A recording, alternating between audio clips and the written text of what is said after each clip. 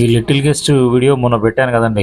వీన్ని అసలు పెద్ద డాగ్స్ తిననియవు, అసలు కొత్త కదా, భయంతో తిరుగుతూ ఉంది ఆకలితో. ఈ నేను సాధారణంగా బ్యాగ్లో ఉన్న రైస్ అయిపోయిన తర్వాతనే బిస్కెట్లు స్టార్ట్ చేస్తానండి.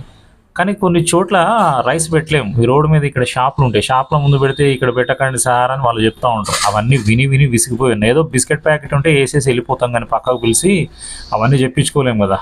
ఇక్కడ కొన్ని ప్లేసుల్లో ముందు పెట్టవచ్చు కదా, రోడ్డు మీద పెట్టామని అనుకునే వాళ్ళకు కూడా ఏంటంటే, ముందు వేరే డాగ్స్ ఉన్నాయండి పెద్దవి, వెనకాలకి వేరే బ్యాచ్ ఉంది పెద్దవి.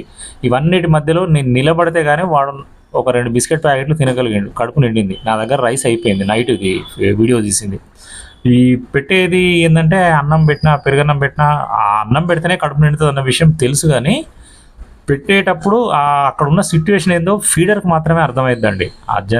అది అన్నం పెట్టే వాళ్ళకి తెలుస్తుంది, కానీ వేరే వాళ్ళకు చూసే వాళ్ళకి అనిపిస్తుంది రోడ్డు మీద కదా అని అనిపిస్తుంది, కానీ సిచ్యువేషన్ అలా ఉంటుంది. వీటన్నిటిని ఆపి దాని నోట్లోకి బిస్కెట్లు పోయేలా చేయగలగడం అక్కడ ఎంత టాస్క్ ఉంటుందంటే, ముందుకెళ్ళలేము వెనక్కి రాలేము, ఉన్న ప్లేస్లో దాని కడుపు నిండితే చాలండి.